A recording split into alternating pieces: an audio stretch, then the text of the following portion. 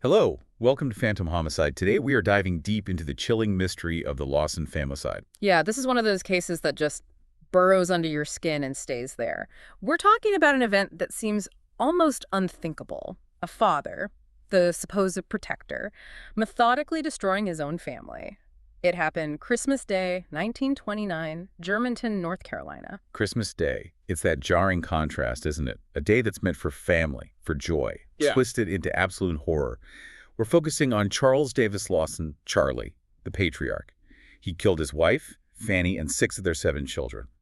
Then himself. 8 people dead. And what's truly disturbing as you dig into it is how planned it all seems to have been.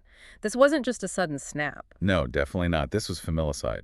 A murder-suicide that understandably shocked the whole country, even with everything else going on back then, like the start of the Great Depression. Right, the sheer coldness of it, the methodical nature, it just didn't fit any easy answers. It made people look closer, wondering what terrible secrets could lead to something like this in a seemingly ordinary rural family. And that's really our goal today, isn't it? To go beyond just the headlines, the basic facts. We need to really examine the evidence, the sources, especially the signs pointing towards premeditation. Those preparations Charlie made, they're just haunting. Absolutely. And we have to confront the really dark theories about why. Theories that took decades, literally decades, to come out. Theories that suggest the motive was something far more disturbing than anyone initially imagined. It feels like the only way to even begin to grasp this is to accept that something catastrophic was happening inside that house. Something Charlie felt could only be contained by, well, by total annihilation. Yeah. So let's start at the beginning. Let's try and paint a picture of this family before everything fell apart. Okay, so the Lawsons. Charlie was 43. His wife, Fanny Mannering, was 37. They got married back in 1911. They started out like many families in that area as tenant tobacco farmers, hard work, long hours, probably not much money. But they were clearly driven. By 1927, they'd actually managed to save enough to buy their own farm on Brook Cove Road. Which was a pretty big achievement, you know? Owning land, especially then, right on the edge of the Depression, it meant they were doing okay, relatively speaking. Yeah, some reports even called Charlie a well-to-do farmer. So they had this image of stability, of having made it, in a way. And it was a big family. They originally had 8 kids, but one son, William, sadly died from an illness back in 1920. So in December 1929, there were 7 children at home. The oldest was Arthur, he was 19. Then Marie, 17. Carrie, 12. Maybelle, who was 7. And the little ones, James, just 4, Raymond, 2, and the baby Mary Lou, only 4 months old. A full house. You picture chaos, noise, life, the absolute opposite of what was about to happen. Which brings us to those preparations you mentioned, the things Charlie did right before Christmas, that, in hindsight, seem so incredibly ominous. It's chilling. Just days before Christmas, Charlie does something really unusual. He takes the entire family into Winston-Salem. That's a significant trip for them. And what does he do? He buys everyone new clothes, 9 sets of new clothes. Think about that expense for a farming family in 1929. It's considerable. It wasn't just a small Christmas treat. But the second part is what really gets me. The family portrait. Yes. They didn't just buy clothes. They went to a professional photography studio and had a formal family portrait taken. That photograph. Yeah. It becomes such an iconic, eerie symbol of the whole case, hasn't it? The last time they were all together, captured forever. Exactly. You look at it and they're all there, dressed up in these brand new, stiff-looking clothes, staring straight ahead. It's unsettling. And this is where the debate about premeditation really heats up, looking at that trip, that portrait. Why do it? Well, one perspective, maybe the more charitable one initially, was that Charlie was just proud of his farm, his family, maybe feeling a bit prosperous and wanting to celebrate Christmas properly. A well-to-do farmer, showing off a little, perhaps. It's possible, I suppose. But it feels thin, doesn't it? Especially given the cost and effort involved. It really does. The overwhelming view now, particularly looking back with the knowledge of what happened, is that this was absolutely calculated. It reeks of premeditation. Why else spend that kind of money, make that specific effort for a formal portrait right then? It feels like he was creating a final, idealized record. Like a perfect memory he wanted preserved just before he shattered it all. A final statement. A macabre kind of finalization ritual, capturing the image of the family he was about to erase. Can you imagine being on that trip? The kids excited about new clothes, Fanny maybe happy for a day out, while Charlie knew The level of control, the compartmentalization required to go through those motions, buying the clothes, posing for the picture, knowing what he planned to do just days later. It's terrifying. He wasn't just taking a picture, he was documenting the family he was about to destroy. It suggests the motive, whatever it was incredibly powerful. Powerful enough to override everything. It points to a mind that was already operating on a completely different, horrifying level, setting the stage for the end. Okay, so that brings us to the day itself. Christmas Day, 1929. The farm in Germantown. And the first thing to note is how strategically he seemed to approach it. This wasn't a frenzied explosion, it was methodical. Right, and step one was isolating the scene, removing potential threats. That meant getting rid of the oldest son, Arthur. Arthur was 19. He was the only one physically capable of maybe putting up a real fight against Charlie. So Charlie sends him off on an errand, a seemingly normal task. Go into town, get some parts for a car or something. It was a deliberate move to get Arthur out of the way. Arthur survived only because he was sent away, completely unaware of what was unfolding back home. Sheer deception saving his life is awful. With Arthur gone, Charlie then begins the killings. And significantly, he starts away from the house near the tobacco barn. His first victims were the two middle daughters, Carrie, who was 12, and Maybelle, 7. They were apparently heading over to visit their aunt and uncle nearby. Charlie intercepted them, waited for them by the barn. Waited for them? That detail is chilling. He didn't just stumble upon them. He lay in wait. He shot them both with a 12-gauge shotgun. But the reports emphasize the extreme violence. He didn't just shoot them. No, the sources say he then bludgeoned them as well, to ensure death. That level of brutality, that overkill, it suggests an absolute determination, no possibility of survival allowed. And then the staging begins. Even out there by the barn. Yes, he didn't just leave them where they fell. He carried their bodies inside the tobacco barn and arranged them there. Moving the bodies, positioning them. That's not something you do in blind rage, is it? No, it speaks to a purpose, a grim, methodical carrying out of some internal script he had. After killing Carrie and Maybelle and placing them in the barn, he walked back towards the house. His wife, Fanny, was on the porch. Maybe she heard something. Maybe she was just stepping outside. He shot her right there, instantly. Inside the house, the terror must have erupted. Marie, the 17-year-old daughter, heard the shot. She screamed. And Charlie went inside and shot her next. Then the little boys, James, 4, and Raymond, 2. They tried to hide. Instinctively, they sought safety. But there was no safety. Charlie hunted them down, found them where they were hiding, and killed them. It's just unimaginable, hunting down your own toddlers. And finally, the baby, Mary Lou, just 4 months old. She was killed last. Most accounts suggest she was bludgeoned to death like her older sisters. Complete eradication. The sequence is horrifying. From the ones furthest away and oldest, methodically working his way back to the house, ending with the most helpless infant. But then there's the final act inside the house. Yeah. The detail that pushes this into truly disturbing psychological territory. The staging. Yes, the bodies inside the house, Fanny, Marie, James, Raymond, and baby Mary Lou, weren't just left where they died. He arranged them.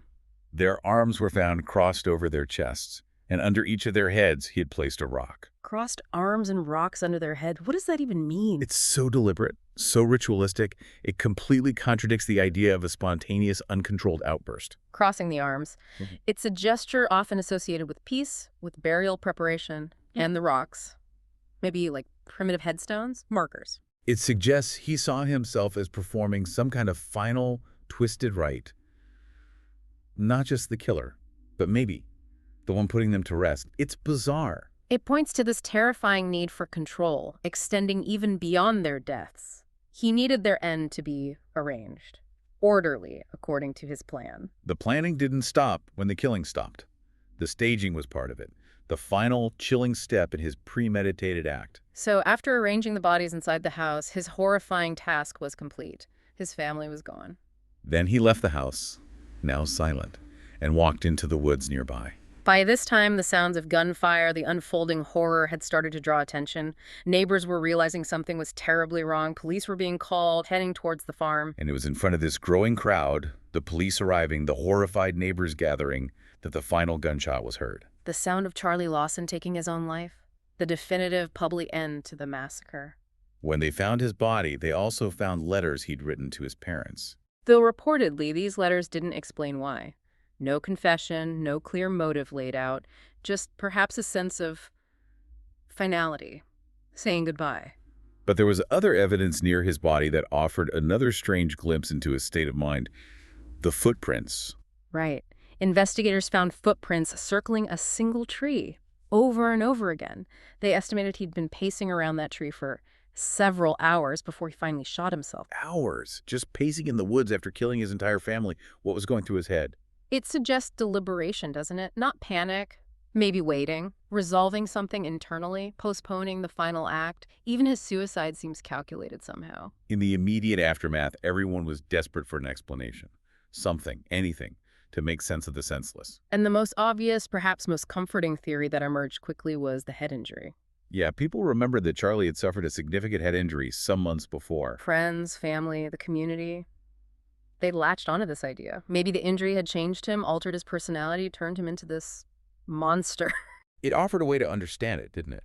It meant the real Charlie wasn't responsible. It was the injury. It was biological, external. A tragic accident causing a mental break. It was a narrative people could almost accept. But science intervened, and the science was conclusive. A full autopsy was performed. Critically, his brain was sent to Johns Hopkins Hospital for detailed analysis. Top experts looked at it. And the results came back clear.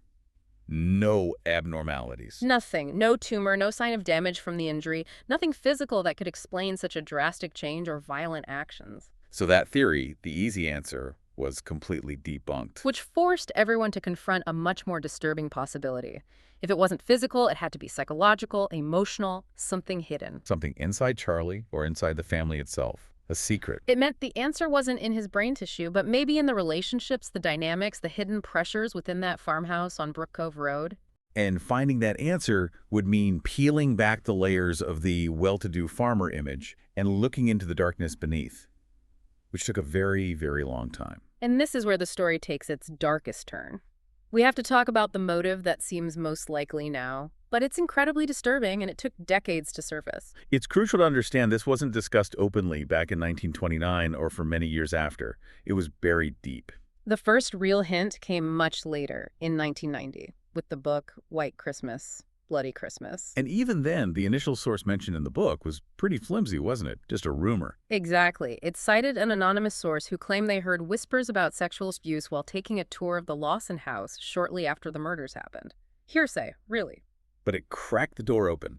Just a little. And then more substantial information started to emerge around the time that book was published. Yes. Testimony came forward from a relative, Stella Lawson, and what she shared was explosive, even though it was secondhand. She recounted something she had overheard years earlier.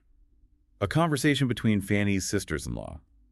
One of them was Stella's own mother, Jetty Lawson. And what were they discussing? They were talking about Fanny, Charlie's wife, and Fanny had apparently confided in them. Confided what? Her deep worry, her suspicion about an incestuous relationship happening between her husband, Charlie, and their teenage daughter, Marie. Wow.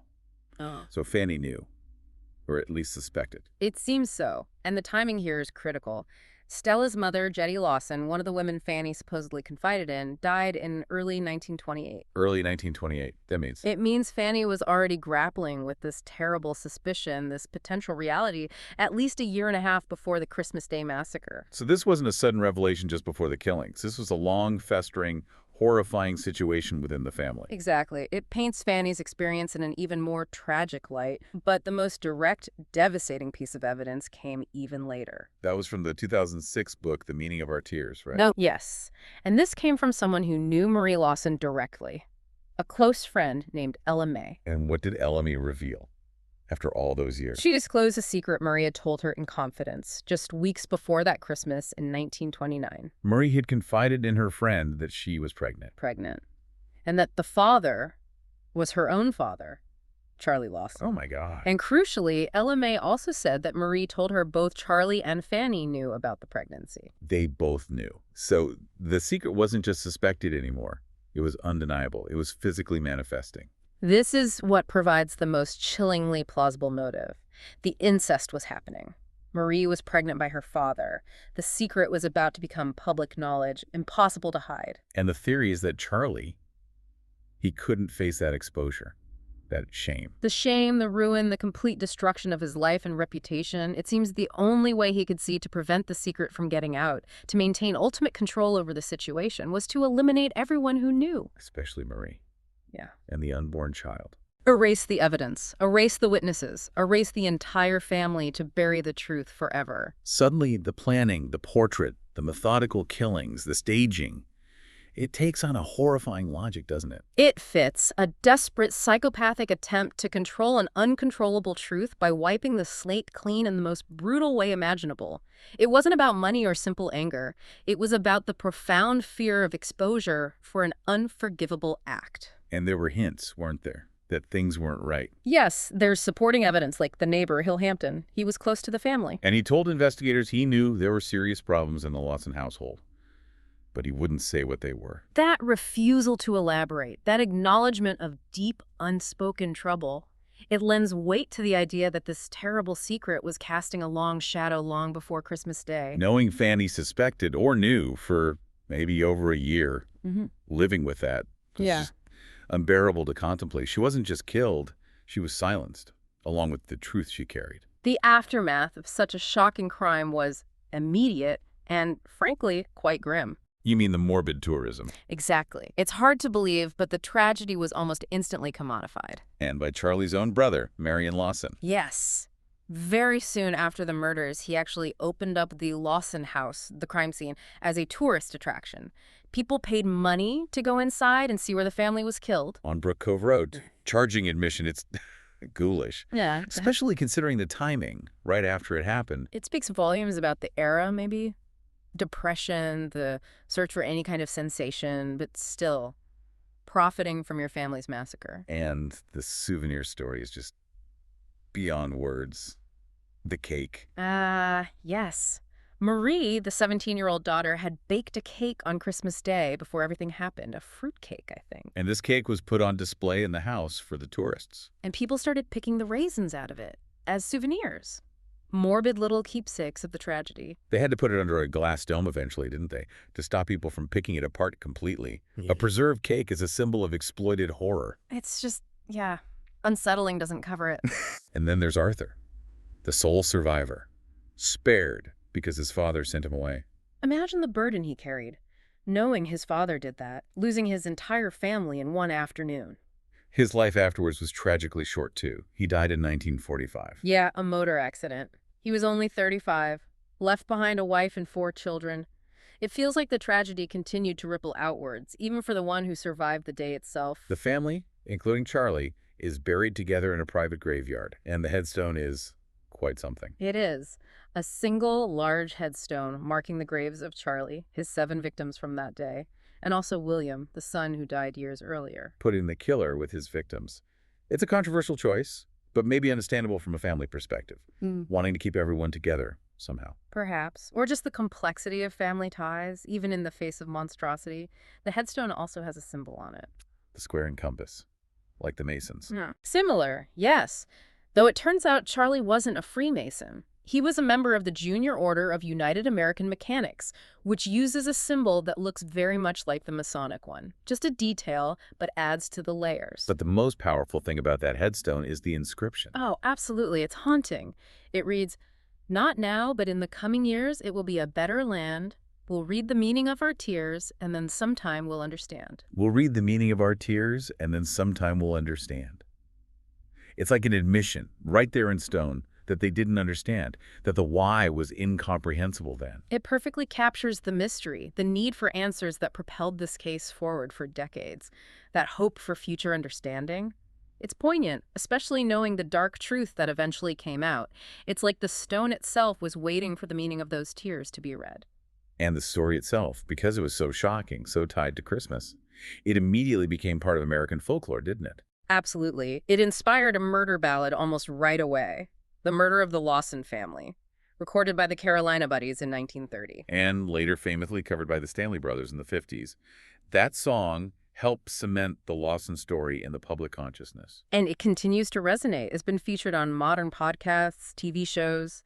It's become a sort of foundational story in American true crime, tapping into that deep fear of violence within the family unit. The ultimate betrayal happening on the ultimate family day. So when you pull it all together, the careful planning, that eerie portrait, the methodical killings, the staging, and then you overlay the horrific motive of incest and the impending exposure, you see a man driven by a pathological need for control. Control over a secret, control over his family's fate, control over his own narrative, even if it meant complete He annihilation. wasn't lashing out in anger so much as erasing, using violence as a tool to silence the truth he couldn't bear. The Lawson case is just such a stark, chilling reminder of how devastating secrets can be when they fester behind closed doors, how normalcy can be a mask for unimaginable darkness. And how that darkness can erupt, even on a day supposedly dedicated to peace and joy. We're left, really, with those two powerful images. The family portrait, representing the carefully constructed lie, and the headstone inscription, voicing that desperate, enduring search for understanding. Still waiting, perhaps, to fully read the meaning of those tears. Okay, so we hope you liked our today's discussion. For more such discussions, subscribe to our channel, Phantom Homicide.